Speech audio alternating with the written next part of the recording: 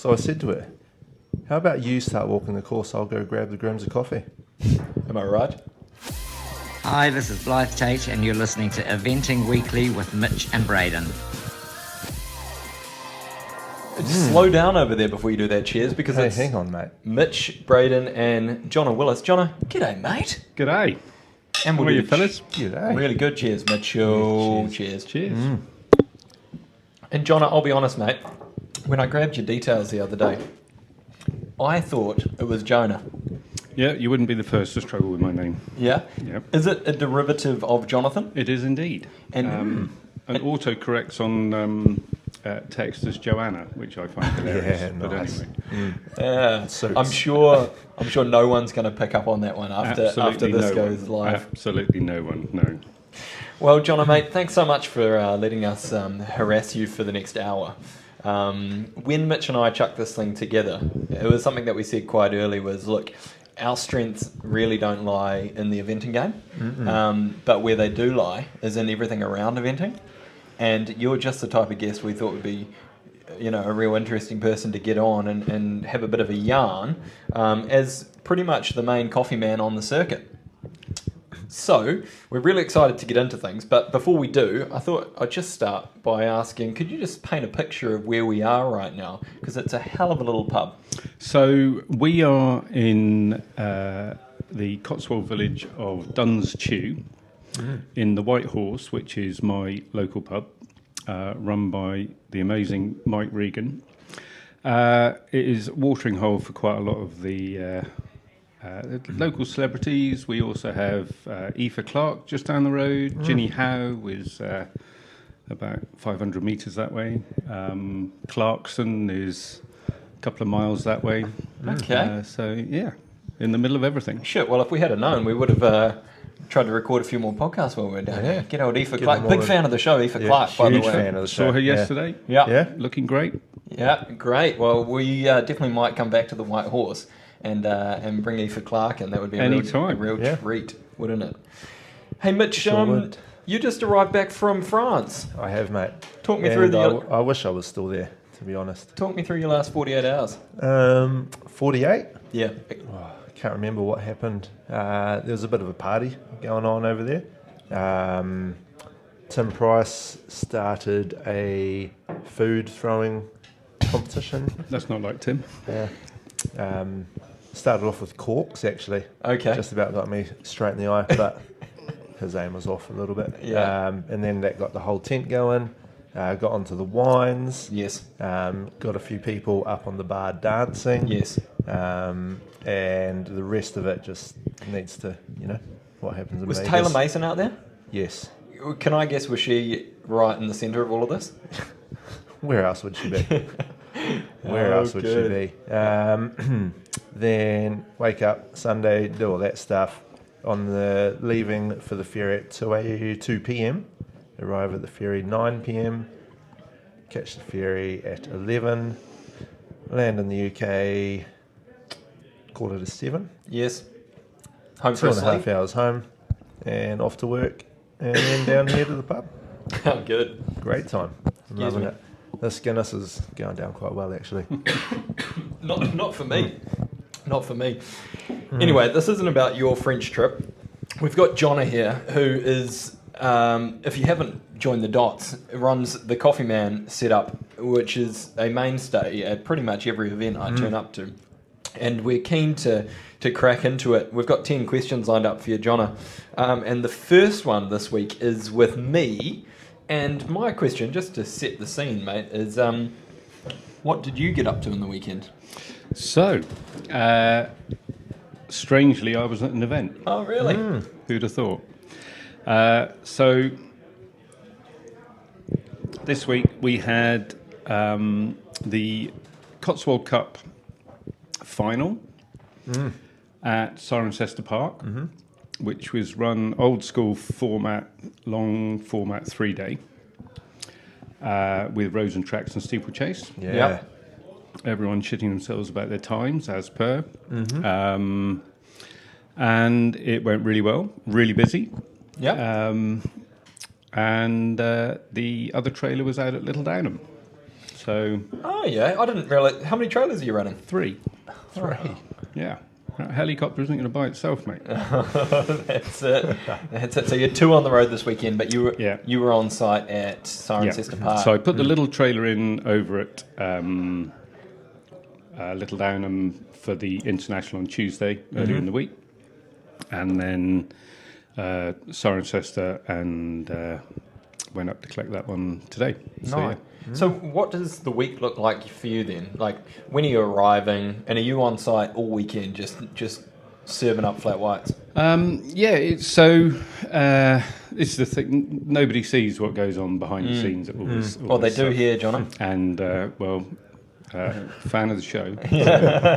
I've seen the setup here. It's pretty impressive. Thanks, mate. You guys Thanks, have been finely tuned professionals here. Yeah, thanks. And so normally, if I've just got one trailer in, I'd get there the day before, probably late morning, get everything sighted, set up, go and do a shop, get everything in, make sure everything works, then basically go and find somewhere to drink vast quantities of beer, and then try to be open by 7, and day of fun.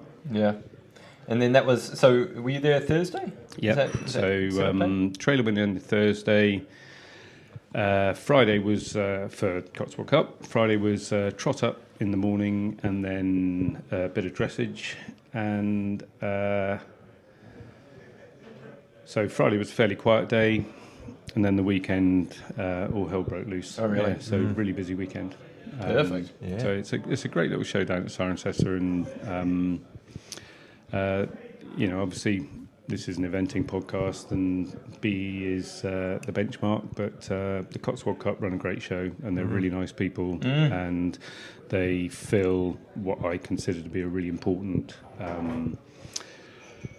part of the eventing world. Yes. They cater to the grassroots end, and it feels like a proper show, and those guys are turning up to a proper show run professionally. Of course, at Cirencester's built by the Willis brothers, no relation, but they obviously build badminton, so they know what they're doing, I think it the risk of getting political, I don't see why they can't run side by side. Sure. But, I hear you. You're being very tactical there. And the great thing about Mitch and I is we can get as political as we want, because we don't have any idea what we're talking about. Yeah. So what I will say is, big fans of the Cotswold Cup. Personally, I reckon Amy's doing an amazing job there. Mitch, you done a few equi-rails with him? Done a few there. One just down the road, actually. At Great Chew. Oh, 5 minutes away from here. Yeah. yeah, Had a few coffees down there. They were all right. a bit rough. I think Daisy might be looking after you there. Is that right? Oh, very good. Oh, it sounds like a fun weekend. Yeah, all right. So that's just one weekend of what we imagine would be a very busy year. Could you give us a quick rundown of what like a typical eventing season would look like? When do you start up? And so normally over the course of the next month or so, I get the calendar for next year, which then puts all the building blocks in place, so I know where all the big events are. So pretty much by Christmas, I know where I'm going to be every weekend from the first weekend of March till the last weekend of October. Generally, we do maybe 50-odd events a year. This year's been quite an unusual year in that obviously a very wet start. yeah, Which so we took a little while to get going, and then once we were up and running, it sort of came thick and fast. So and that was really good. But this year, for the first year, we had 5 stars. So did my first badminton this year. Oh, yeah. Congratulations, Well badminton done. first timer. Which was very nerve-wracking, driving in there. And I spoke to a few of the guys, a few of the old lags that have been around the block, and said, so, it feels a bit different driving in here. And they were like, yeah, we get nervous too. Oh, yeah. So it's really cool listening to, Olympic riders, guys who've been at the top of the game for a long time. And they get the same buzz. And there's something about I don't know what it is. It's something. It's just an event. I'm in the field serving coffee, same people, same shit, different field. You know, but it's badminton. Up to your arse in mud.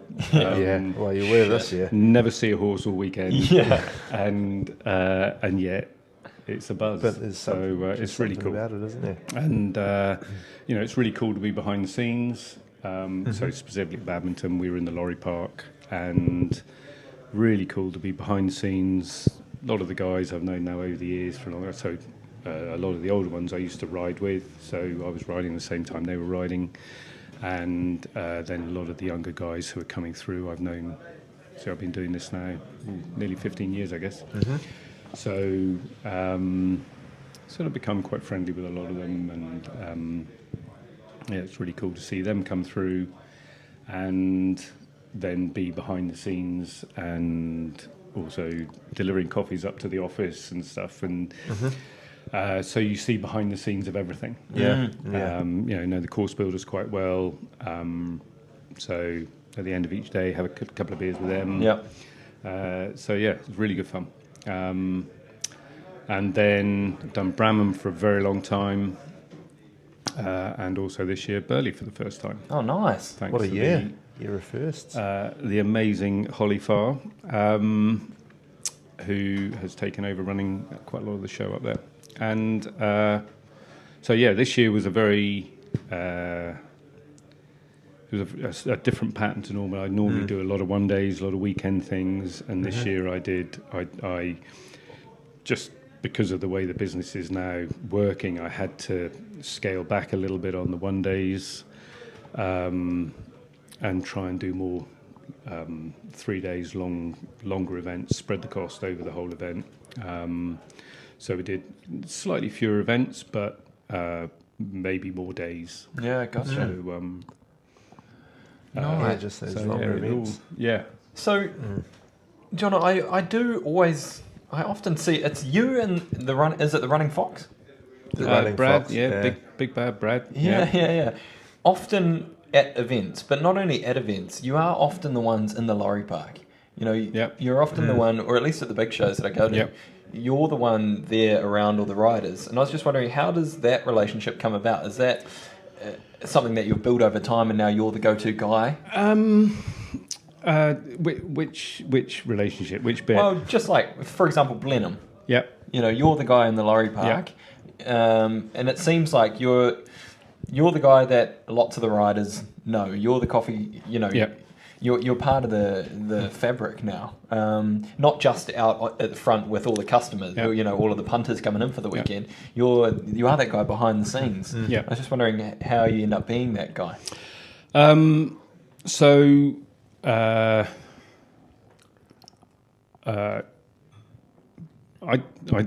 rode for quite a long time, and so quite a lot of the people who are now organisers, course builders, people who are actually running the sport, I knew when they were still riding.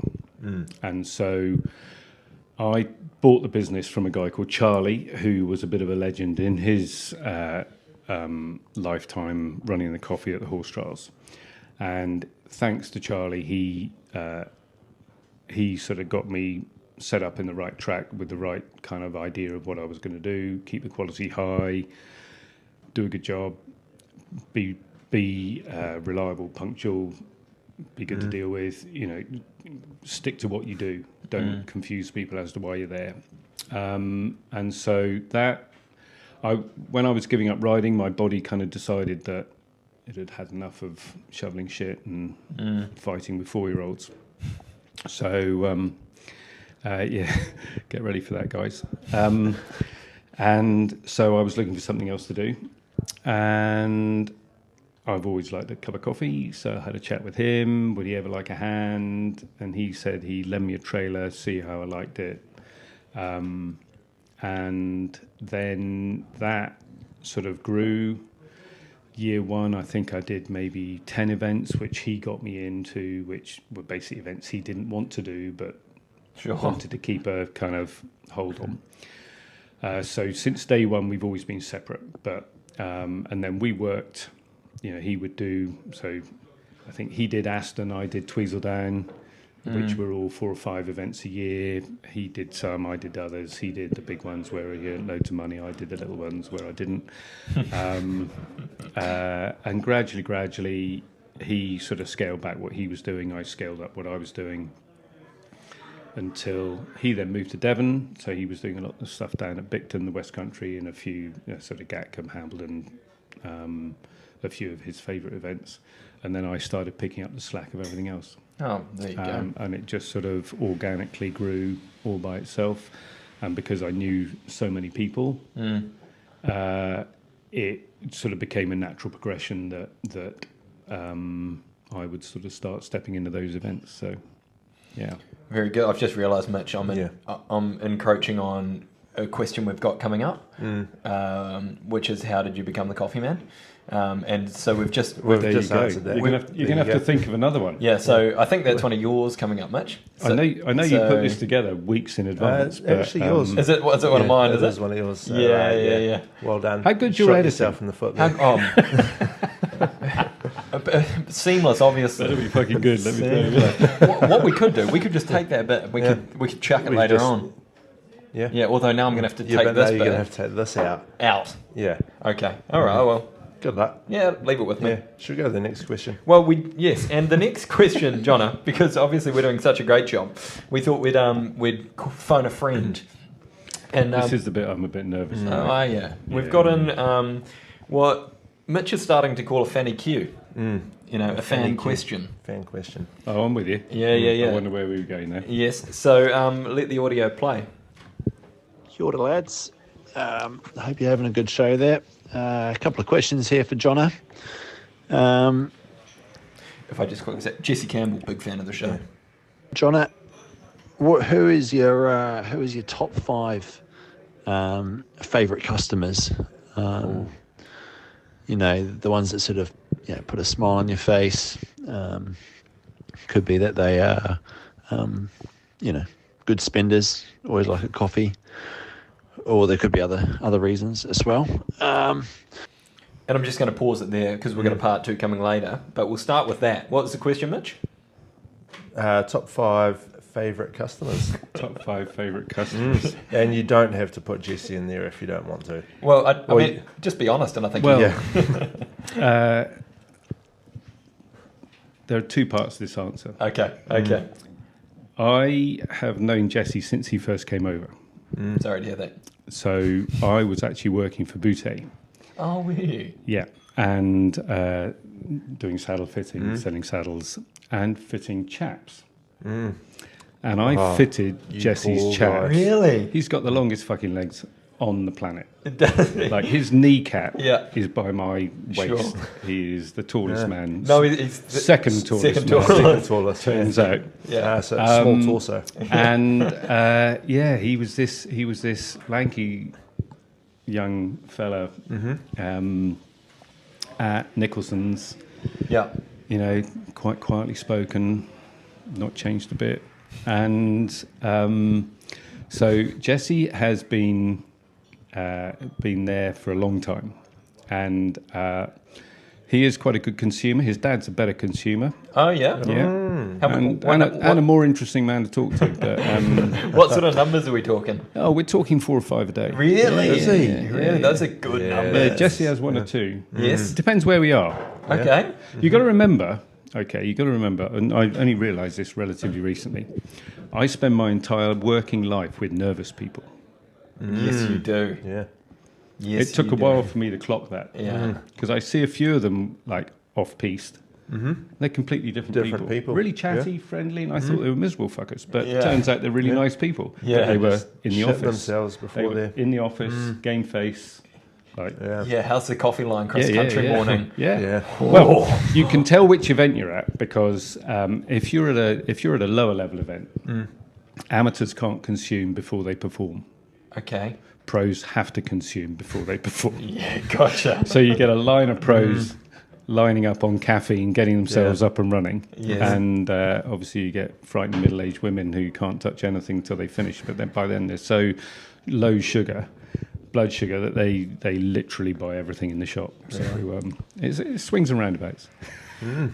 So top 5, obviously mainly female. Okay. They don't drink much coffee, but they're great to look at. Okay, And, okay. Actually, I don't know if I need to.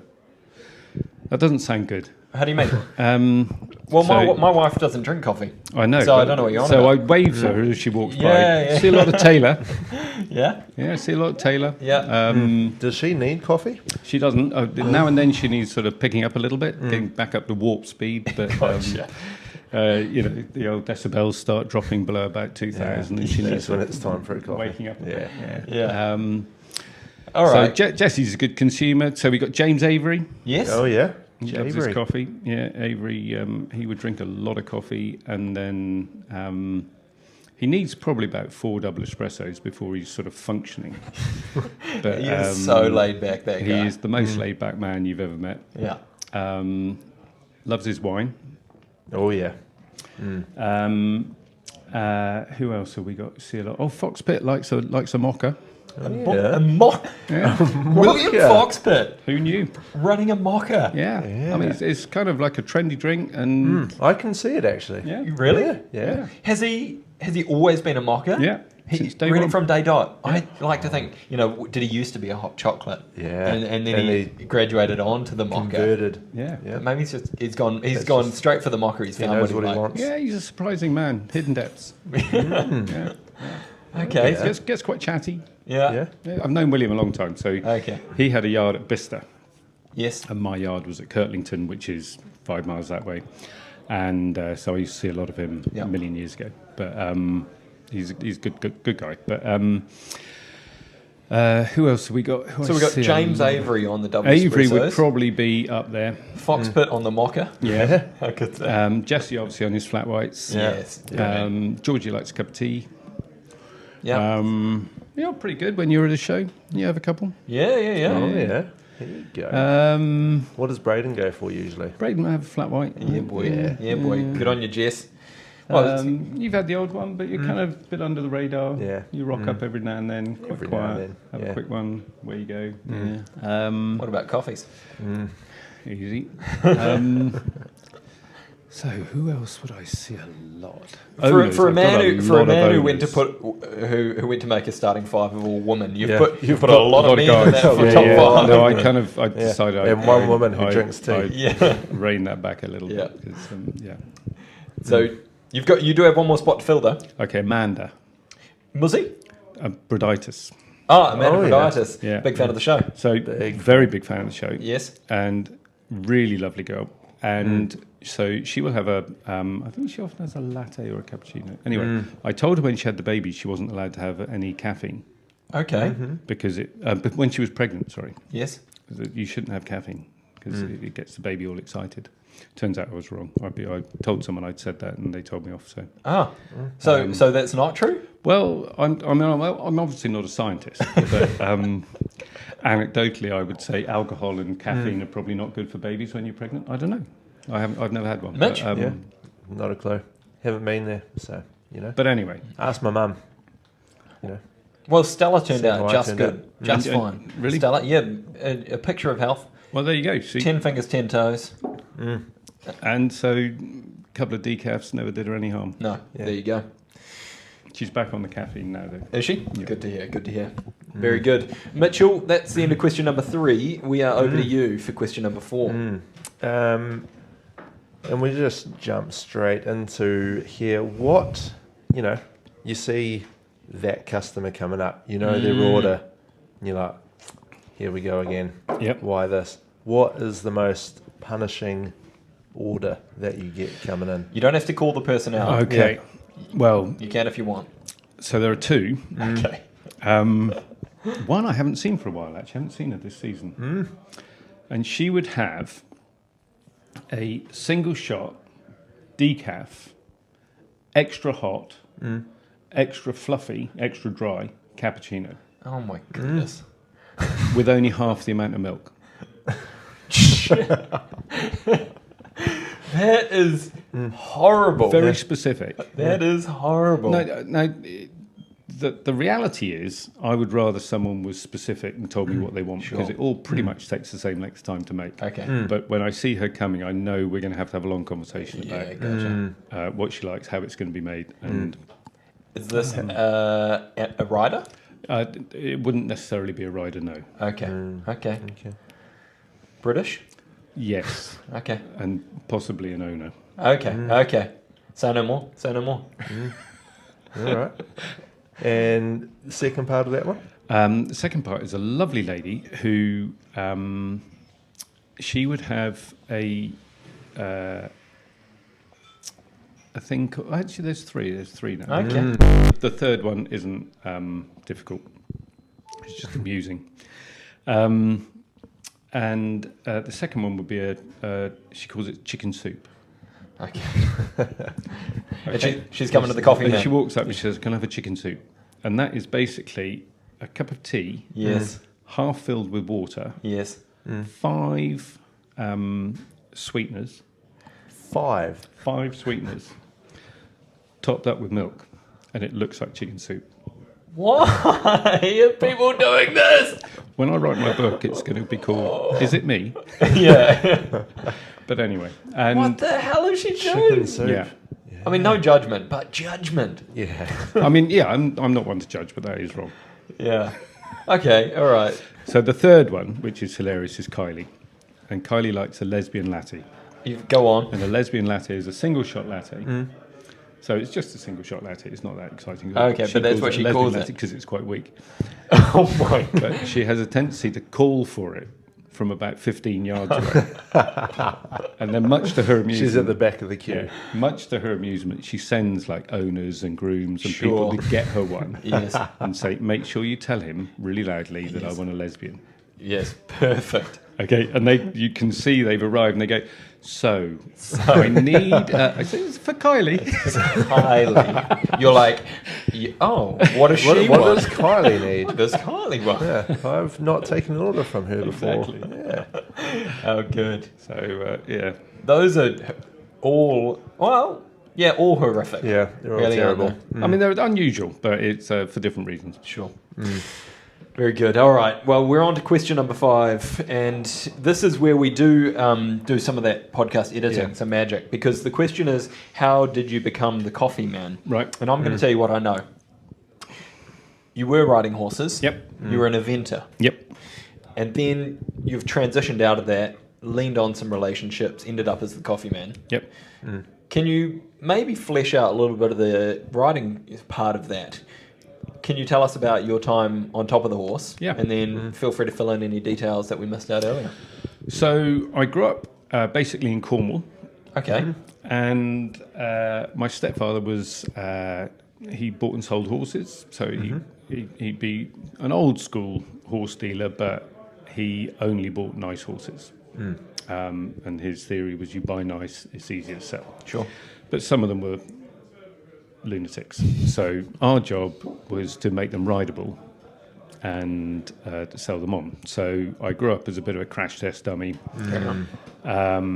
And that then led into the pony club, and so grew up within the pony club system. We always had a couple of horses on the go, and as soon as they started going nicely and winning, they got sold. Yes. And we, so I've got 2 brothers and a sister, and that's sort of how we got started. Did a lot of pony jumping, so there wasn't a lot of eventing in Cornwall. Yeah. So we did a lot of jumping. Couldn't really afford to come out of the county much, but back in those days, pretty much every local town, every village, every big village had a show through the summer. Whereabouts in Cornwall, where? So I grew up sort of halfway between Falmouth and Redruth. Oh, jeez, So I'm out of quite a my way down. I'm out of my depth. Yeah. I've been down there a couple of times for work. Yeah. Hell of a spot. Yeah. Yeah. Can you go a little broader? Where are we? So the narrowest bit of Cornwall Yes. is basically, we were in the middle of the narrowest bit. Okay. So quite a long way down. Yes. And then obviously Lucy Vigersmar now Has a different name. Padraig McCarthy. Oh, okay. I knew I was going to struggle with names today. So Lucy and Padraig are based at Holsworthy in Devon, or Hatherley in Devon. She grew up near Penzance, Yes. which is a long way down. Yes. But her father was already doing a lot of horse transport and a lot of event he rode, and so they were coming out of the county to do proper horse stuff. We were much more sort of Cornwall based and did all the pony club stuff and produced a lot of young horses, and that sort of became the thing that sort of interested me. So I left home quite young. So at 17 I got a job up in Surrey in a sort of dressage yard, really. Grooming, sort of dressage event yard, doing a bit of grooming. And then that led into a life of sort of grooming for a few years. Worked in point-to-pointing. And then at about 21, I guess, so I was doing a little bit of eventing here and there, sort of riding a couple of catch rides and a few bits and pieces. And then at about 21, I basically gave up horses, moved back to Cornwall to play rugby. Oh, okay. Played on and off for sort of 10 years.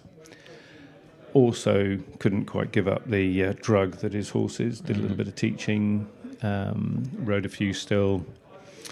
Then moved back up to Oxfordshire, where we are now, to ride a horse for a friend of my mother's. And that then led to setting up a little yard, which then grew, started doing a bit of competing, breaking, training, retraining of lunatics, which actually I enjoy probably most, getting in the heads and just finding a little key to unwinding them. Yeah. And then also still playing rugby. I was playing rugby in London at the time. Okay. So the body never really got a rest. Sure. Yeah. So getting my head kicked in on Saturday, fighting with then drinking my body weight of beer Saturday night. Yeah. You in the front row? I was a scrum half, small, gobby. Yeah. Everyone else's fault. Yeah. Yeah. Good. And then You almost obviously sound Australian. Monday, easy. And then Monday back to fighting with 4-year-olds. Yeah. So and it took probably till towards the end. I was probably nearly in my early 30s, I guess, by the time I gave up. And it took probably till Wednesday, maybe Thursday, before I could move again, ready to be beaten up again on Saturday. So all again. It just reached a point where, I couldn't recover in time. Sure. Being pretty small, the game was getting pretty fast, guys were pretty big. It was just about going pro, but everyone was training like a pro. Yeah. Yeah. Some big guys. And it just sort of took its toll. I mean, luckily, touch wood, never broke anything important. Broke a lot of bits, but nothing that was sort of structural. But it just reached a point where I couldn't physically function at that level anymore. Yeah.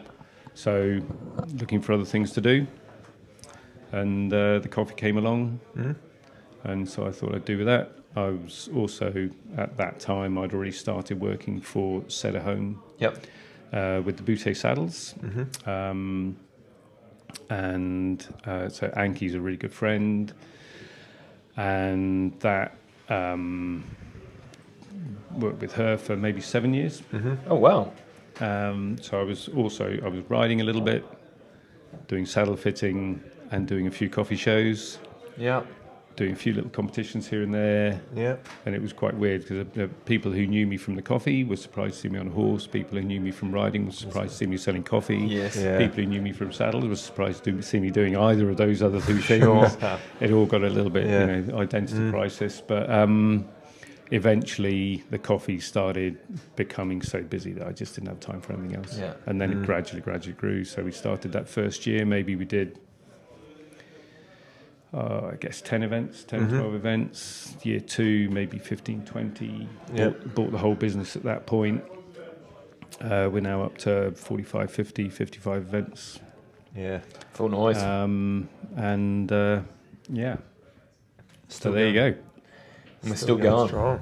Still going. 3 trailers. Yeah. Taking over the world one cup at a time. Yeah, boy.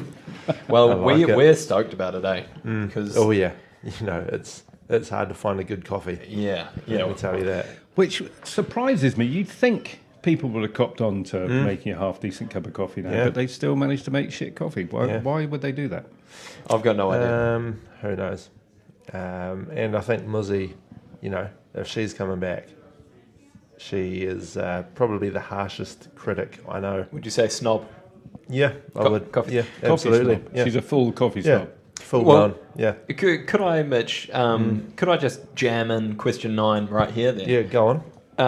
Because we We skipped one. well, it's Well, there's got to be a couple. Yeah, Guidelines. exactly. There's no real rules here. No. We're not going to get eliminated for jumping the wrong fence. Do you know what I mean? It's question 9 that I'm going to. Huge, I like huge that shout out approach. to I like Ben that Way there, by the way. Oh, really? Huge shout out. Did he miss a fence? Not out in the air, was it? Yeah. Oh, they were that's- next to us. Really? We can cut this out if he doesn't want to hear it, but by then it'll be too late. Yes. Yeah. Yeah. It Ben happens Way- to the best of us. Shout out, Ben Way. Just reach out if you want us to remove this from the pod after it's been released. Yeah. He's pretty perfect. chill though. He's a good Oh, man. he is a hell of a guy. Hell of a man. Yeah, Hell of a he's good lad. Yeah. Mm. He's grown since he bought that shirt though. But Jeez. He's put together well, isn't he? the ladies love them. Yeah, there you go. No, question 9 was, apart from you, Sorry, Sarah. what? Big fan of the show. Why is the coffee in the UK a bit shit? A butt shut. Yeah, exactly. Hey, you can mock my accent, but fucking Well- we make coffee. Do you know? I don't know. It just seems really confusing because I go abroad a little bit. You do a bit of Been travel. lot of places. They seem to manage to make a half decent cup of coffee. Yeah. Somehow, even the chains when they're here manage to make shit coffee. Yes. And so. Well, that's. I don't truly have an answer to you know your what? question. But, Can I answer my own question with a Yeah, go for it. hypothesis? Yeah. Because, down in the Southern Hemisphere, we wouldn't rave about the chains. The chains make shit coffee down there everywhere. as well. Yeah, Oh, okay. exactly. Yeah. It's more your standalone, people like yourself, who are going out on their own and really care about the quality. Yeah. That are making the good coffee. Well, the trouble with some of them, Yeah. the artisan fellas, Yes. is they have these little artisan cafes and they all talk about, their beans are rolled on the thigh of a dusky maiden, they're all this, that, and the next thing. They're Talking singing, about Melbourne, is it? Oh my god! And if they don't drink black coffee, if it's got milk in it, you can get away with all sorts of Sure. different. So you wouldn't put, this is a bit of a coffee head thing now. You wouldn't put a medium roast Colombian through an espresso machine. I mean, Right. who would do that? Right, because it would taste shit. Yeah. But if you put milk in it, it actually tastes okay. Okay. I'm reliably informed. I don't put milk in my coffee. Why would you do that? Yeah, okay. So, if you like what I would consider to be a proper espresso, Yes. it's got to be dark roast and it's got to be a blend. Otherwise, you one part of the taste profile gets annihilated going through the machine. So you have to have a bit like wine. They talk in similar language about the tasting of coffee and or tasting anything, but it's easier to talk about with wine because you have your sort of first taste and then you have the body of the drink and then you have the tail and the finish and all the characteristics. But if you drink black coffee, you cannot put a medium roast coffee, especially if it's a single estate coffee, through an espresso machine because it tastes horrible. And a lot of people go, oh, this coffee's horrible because the milk's burnt, but you're steaming your milk. It's almost impossible to burn Sure. it. You can't burn milk. Okay. You can't scald it. Okay. Because you basically put the steam arm in, Yeah. you make the milk hot. Yes. When it reaches the point of being burnt, it overflows and it all Yeah, goes it everywhere, does. which is hilarious when that Yeah. happens. But to other people. Well, yeah, it never happens to me, obviously, because I'm a finely tuned professional. Yeah. But, Just like us. just like you. But so basically, it's that they're serving shit coffee, and they're there's nothing wrong with the milk, but it was a big thing. Oh, they scalded the milk, but they didn't. Part of my theory, and we might lose a few listeners here, Mitch, but I've had this theory because I worked in a pub for a bit, and we had a coffee machine, and the approach of our pub was, we're a pub, not a coffee house. If you want good coffee, you go down the road. And so the difference at our pub between a latte, a flat white, and a cappuccino is how much milk you put in. Yeah. And it's things like that makes me build this hypothesis that the British are proudly mediocre. And what I mean by that... Fuck, okay. What I mean by that... No, say what you think. Yeah, no, I will. It's like, your English breakfast... Yeah. Like, you go out to a cafe, you might have an Eggs Benedict, and it might just be rural England where I am, an Eggs Benedict or an Eggs Florentine or something, and people are like, nah, just give me some beans and eggs on toast. And it's like the service station's probably the best example. It's like Starbucks serves a bun with bacon in it. Which Starbucks? Just saying Starbucks is an American company. Yeah, it is. But they're catering to the UK market. Yeah. And I don't mean to offend. And it's almost, too late, mate. It's almost... Okay, I mean to offend.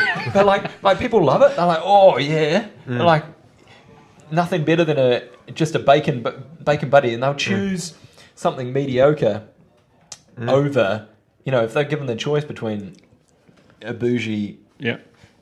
What we'd call a Ponsonby breakfast. Oh, yeah. They're not going there. And I just wondered, and it was my experience at the pub, they're like, oh, no, we wouldn't make a nice coffee. No, we're a pub. And I'm like, well, if you could, why wouldn't you? But is there a question in here somewhere? No, this is This is just to make a statement, John, to be controversial. This is my platform. This is This is my opportunity to do. I would argue with you a little bit in that. Is that just not all of us are mediocre, or accept mediocrity? Is that just as being- Greg's? I think it's just 98% of the population. Yeah. Do you like It's Greg's? not a bakery. And I think we're splitting the audience. I think half people are going, what are you on about? All the Kiwis have been over here going, right, that's exactly how I feel. I don't think I've ever been in a Greg's. Yeah, well, you're not missing out. Yeah. So, however, Greg's, if you're looking for sponsorship, I've heard you make a great coffee. Yeah. I think we're known as a nation of tea drinkers, and I think we were quite late to the coffee game. Sure. But ironically, we were actually very early to the coffee game. So the Dutch were the first to discover coffee in Ethiopia. And then we discovered it very shortly afterwards. Okay. And we had what is now Myanmar, used to be called Ceylon. Okay, And we had coffee plantations there. Yes. And we were a nation of coffee drinkers, so pubs were coffee houses. Oh, I don't know that. Okay, and then back in the 1500s or something, there was a blight in Ceylon, Okay. and all the coffee plants died. Okay. They ploughed it, planted tea, And now you're and then they had to create a market for tea, and we became a nation of tea drinkers. there you go. And so I think having dropped the coffee, we became a nation of tea drinkers, Yeah. And sort then of And almost by accident. yes. And so there was never a coffee culture because it was eradicated. And And so then we were quite late back to the game. and to your credit though, high tea. I didn't really get scones until I moved to this country. Because we don't have clotted cream. Oh yeah, but you have literally missed out. Yeah. yeah. Clotted cream. Oh Yeah. my god. How good is It's clotted Cornish, obviously. Of course. Yeah. Yeah, very good. So have you had the whole clotted cream, jam before cream, cream before jam? Oh, Yeah. yeah. Yeah. What comes first? Where do you go? I like to put jam on first. What? Yeah. Good boy. Cream No, on top. cream first? No, Oh. jam. No, then You how put- do you put... Are you on crack? Well, No, jam first. yeah, you tell me You your spread it argument. nicely. Yeah. Yes. Spread it nicely, Yeah. and Yes. then just a dollop of That's cream. how the Cornish do Okay. it. For me, the dairy product goes on first. What if you're making toast? You think of what goes on first, the No, butter that- or the jam? Yeah, but you see, Yeah, that's different. That's not a it's- scone, is the it? cream is on top. Not butter, jam. You know. No, but it's not Clotted butter. cream. Yeah, and then but you cream- dollop You the don't jam spread it top. on like butter. You dollop it on with a spoon, mate. Well, not how I do it. You, Oh, you well. spread it on. You need to have a strong look at yourself. Sure. I think we've been embroiled in some pretty deep coffee and tea chat, and I've really flourished. Well, I think you're revealing quite a lot about your prejudice, and I'm disturbed, really. I stand by everything I've said on this podcast. Mitch, I'm going to throw over to you, and I'm going to nip out because those Guinnesses have just gone straight through me. So over to you, Mitch. All right. Yeah, mine's actually looking a bit empty too. Right, what are we up to? Question. Where have we gone? Number 6, I think. 50 shows now a Yep. season. What's the favourite one? Yeah, you see, I had a funny feeling that this might come up. Yeah. And so my son said to me a little while ago, he said, "Dad, which is your favourite child?" And I said, I can't tell you. I love you Yeah. both the same. I can't Yeah. tell you that. It's like me asking you which is your favourite But, parent. but it's your brother. And he said, "Oh, that's easy. It's Mum." So it turns out it's not so hard Yeah, after it's all. not that But, so Blenheim was one of my first big shows. Mm-hmm. So when I very first started, the main sponsors at Blenheim were Fidelity, and I did a coffee setup for them in their trade stand. And Blenheim is really close to here, and we walk there. It's so Blenheim has always had a sort of special place. Over the years, it's where I've been and what I've done has sort of changed. We've done everything from a trade stand in the members, the lorry park, in the party tent. Sort of Great been tent, that everywhere. one. Oh, we'll come on to that. And so Blenheim would be up there. Burley was a lot of fun this year. Yeah. But over the years, some of the little ones have been really good. So I used to do Munstead. Munstead was great fun. Where's Oh, that? Yeah, Munstead is down near near Godalming. Where's that? Oh, there we go. Stay with it. Stay with it. Come on. Come back on. Hold it. I can edit this. This is fun. Yeah. The laptop's still going, but we need power. Yeah. All right, so I have just turned on the iPhone as our backup recording device because, Mitch, what's gone on here? We've had an electrical fuck up. Yeah. And the pub is out of power. We are right now in the middle of Oxfordshire on a Monday evening, and there's an electrical storm. So if you've noticed that the audio has changed a little bit, it's because it has. But we will continue, and picking up from where we just left off, Mitch. We were talking about the favourite show. So yeah,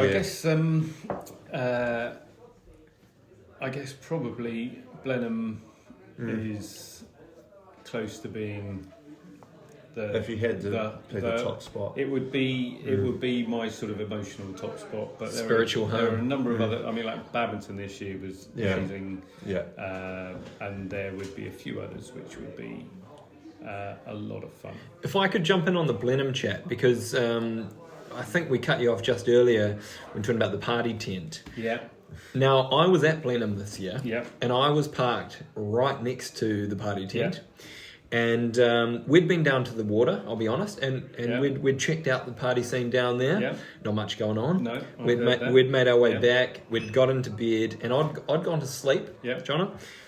Now I've woken up about midnight, Okay. and I don't know who it was, but there was someone pretty upset that they weren't allowed to start their own party, and I remember hearing, "This isn't what this show used to be. Yeah. We Which is true. would like to have a Yeah. party." Which is true. Um, Yeah. Now, I have actually had a word with the organisers about that. Okay, Next have year you? there will be a party. okay, Oh, yeah. nice. Not because of me, but that it's just It's the organisers' first year. Yeah. They were trying to put the party on down at the lake. They didn't Yes. realise that actually was too far for the Sure. riders to go. There used to be a party tent in the lorry park, but it was too close to the stables. Yes. And so it was just trying to get the fun in the right place. And so next year there will be a party tent. Oh, It sounds like some, first. it sounds like some Reliably informed. pretty logical thinking because, Yeah. you know, I think it is a bit close to the horses. It is my cut, to be honest. If it to be, cutting shapes like you cut, Mitch. Yeah. The amount of Jaeger bombs this I man can is imagine. putting away on it. Cuts loose. Yeah, exactly. Yeah. He needs some space. Yeah. So I think that its proximity is the key. You want it close enough to the lorries, but Far enough away from the horses. Yeah. So the layout at Blenheim has changed over the years a number of times. And maybe 10 years ago, the actual the rider tent was outside the lorry park. Okay, yeah. On the other side of the road by the entrance. Those of you who've been to Blenheim. That's not a bad spot. Yeah, but it was too far away from the point of view of the day-to-day. Sure, jump in and watch ins and outs. Yeah. So watching the cross where country. where the TV tent, the rider tent is this year is the perfect place for it. Yes. But I don't think it needs to be quite that big. But anyway, whatever. That's a great place for the TVs, and as a sort of a meeting place and all the rest of it. But for the evenings, it'd be great to have another tent of a similar size, a little bit further on the other side of the lorry park, with a bar, with some music. We're going to try and sort out some food. So that we've got maybe different food each night. So maybe we've got a pasta night, a pizza night. So that the Blenheim it sort of runs on a different pattern to a lot of other events because a lot of other 3 days, because of the time of year, because of the way it's set up, because obviously you've got the long and the short. They still run cross country on the Sundays, so the lorry park doesn't empty on Sunday. So Blenheim is always quite an active event.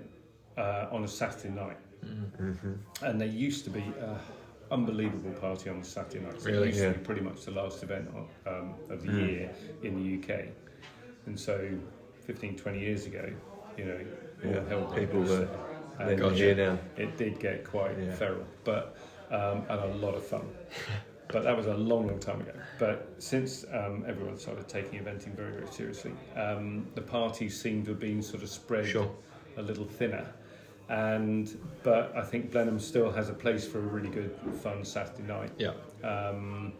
And It's just how do we fit that just into the modern world? Where the tent was too close to stables. That there wasn't really sort of enough provision for what those who want a party want. Sure. And I think we're going to try and work on that for next year. Yeah. Fair enough. Right, we better get the horses together and get ready for Blenheim next year. Yeah, 2024. Get them all qualified up. That's it. Bit of rock and roll. All right, mate. Well, with all the jumping around we've done, we've actually landed on our final question of the evening, and that is with you, Mitchell. Is it? Yep. Have we? Okay. It is with me. Right. Wasn't ready for this. I haven't thought of anything to say beforehand. But what is the best thing about being the coffee man? The best thing about being a coffee man Is it having to deal with all the punishing orders? A lesbian latte, or Oat milk caramel frappe. Yeah, You're not doing those, are you? We could do that. I mean, obviously, as we've already established, I'm not one to judge, but that's a wrong. If you drink that down, it's a strange. Anyway, but the best thing is I get to spend my life in fields with people who I like. So. I've worked in a lot of sort of different disciplines within the horse world. The dressage people are how they are, the jumpers are how they are, the racing people how they are. Everyone's different, but the event people are the best. They're the ones I've sort of gravitated to. They're the people who, there's an element of danger. There's obviously, you've got to dress up. It's got to, you've got to be accurate and perform well. But you don't find sharing. You don't find the generosity of spirit in other horse sports in the same way.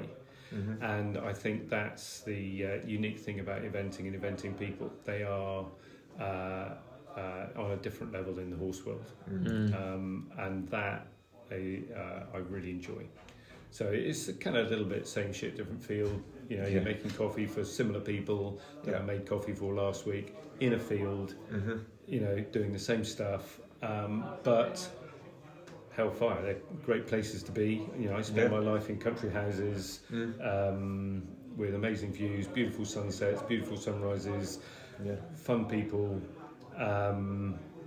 and so I love what I do. It's great fun. I mean, here we are drinking beer, talking shit. I mean, it's literally my happy place. So I get to do that all day, every day. How bloody good. What a better way to spend your life, is it? Yeah. Someone asked me a little while ago, surely making coffee is really boring. How do you, making coffee for a living is really boring. So I don't make coffee for a living. I make people happy for a living. Yeah. Coffee just happens to be what I kind of do to do that. Yeah. And I enjoy, chatting, talking. I know a little bit about the horse world. Yeah. Got a few friends on the scene, and so yes, no, it's the best thing is sort of being there with the people. Yeah. Bloody good. Sounds like not a bad way to spend your time, Mitchell. What are we doing wrong? I don't know. I think we're doing it all right too. Yeah. We get to come and spend some time with these people that are making everyone else happy. That's it, mate. Not too And bad, you're eh? beautifully dressed in your Cirencester life jackets. Yeah. What do you make of the gilets? I think they're the way forward. Yeah? They're the way forward. A very flamboyant crest you have. Thank you. Yeah. Thank you. Thank you. Very Harry Potter. Yes, Oh, thank you. Yeah. Yeah. Got a lot of big Harry Potter fans. Yeah. Don't we? So, Don't we Very just? nice. Are the hats are they built to only fit backwards? Yes. they are actually. Look, Believe it or not. let me put it on Let forwards. Braden put it on forwards. Oh yeah, no, don't do that. So we got the You merch. look like an aging American golfer. Yeah. Thank you. Thank Is that you. what you were going Oh, for? you don't want to Okay. be there after. Not after the You weekend, definitely not don't after the know Ryder after Cup. Well, not after the golf tour. How good were the Ricky European boys? Fowler vibes, actually. Thank you. Really. No, what we did is we got the merch made up. Yeah. And the hats arrived, and we realised pretty quickly we couldn't be wearing them forwards. Yeah. And then it just So. became part of the brand that you chuck it on You go backwards. backwards. Yeah. It's a look. Yeah. It is a look. Yeah. Solves literally all the problems. Which is also why Yeah. we moved away from these when Yeah. we bought the merch out, Yeah. and we went for the dad cap. Yeah. Yeah. The baseball cap, which has just gone down a treat. And if you're keen to get yours, head along to our Instagram page and Hit the link. hit the and highlights. What's the link, boys? Mitch? I'm not the tech savvy guy that you think I am. But, you push the button and there's a whole bunch Where of you go? letters There's a and link words in it. from the webpage from Yeah. the Link in bio. yeah. That's it. Yeah. That's it. Link in bio, Jonna. Do you get the check shirt as well, or is that? Well, we can add Do that you have on to there. buy? I think you definitely need to get some check shirts done. Do you know what? And it's definitely I don't know how many people will want to buy the stuff that we the full wear, uniform. Yeah. but they do want to see it. And yeah. And the amount of requests we're getting to be hired for As events what? as ourselves. Really? Yeah. Just like you come as a couple. Celebrity appearance. That's it. Yeah. Yeah, as a couple. Okay. Yeah, you got a Christmas function, Yeah. you got a birthday, you got a 25th wedding anniversary coming up. Do you have a routine? Do you we dance? were requested sing? to at a 30th over the weekend. Okay. Unfortunately, I couldn't make it because I was in France. Yes. But Obviously, yeah. Braden did make an appearance. Yes. On my behalf. Yeah. Okay. Everything went carried down a it. treat, didn't it? Yeah, a lot of big fans of the shows out there, so yeah. we just try to do our part, Obviously. just little bit by bit, just Keeping like you. everyone happy. We're just Obviously, it's just- serving it's all serving about happiness. Keeping people one happy. selfie at a time. That's it. You get selfies.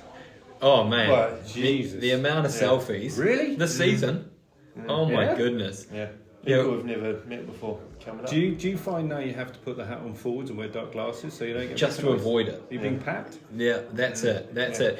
I didn't. How quickly has it turned, Mitch, from you being Ginny's husband to Ginny being Mitch's wife? Yeah, like that. Really? Yeah, just overnight. Yeah. This has turned a really dark this is- corner. This has gone really. This is the thing is now you see now you're famous and obviously soon to be rich with the merch and all that. It's coming. Yeah. There is a slippery slope which you need to obviously be careful about. You know, the whole taking it too far, the parties, strippers, the whole. You just need to keep it real. Okay. We don't want to go down Aussie brands. You don't want to go. No. But I'm willing to persist nonetheless. I mean, I think it's worth Giving it a obviously shot. Give it a go. Sure. Yeah. Sure. But at the risk of being cancelled. No, you don't want to be cancelled. Yeah. No. Probably not too far off after this, actually. No, I was about to say. I think right now is probably a good time to knock it on the head. Yeah. Maybe take it out back, put a bullet in its head, and just go. That's it. Let it go. That's Let it. it go gently. That's it. It's been fun. It has been fun. It has been bloody good, mate. And we look forward to seeing you at the next one. And being. If you're in need of a coffee. Swaycliffe International at the weekend, everybody. Is that it? Yeah. And then we're down to Bicton. Oh, how good. You don't stop, do you? No. No rest for the wicked. All right. Jonna Willis. Bloody good. Thanks, mate. Cheers, boys. Thanks, mate. That's normally the outro plays now. Hi, this is Blythe Tate, and you're listening to Inventing Weekly with Mitch and Braden. We love you, Blythe. Jeez.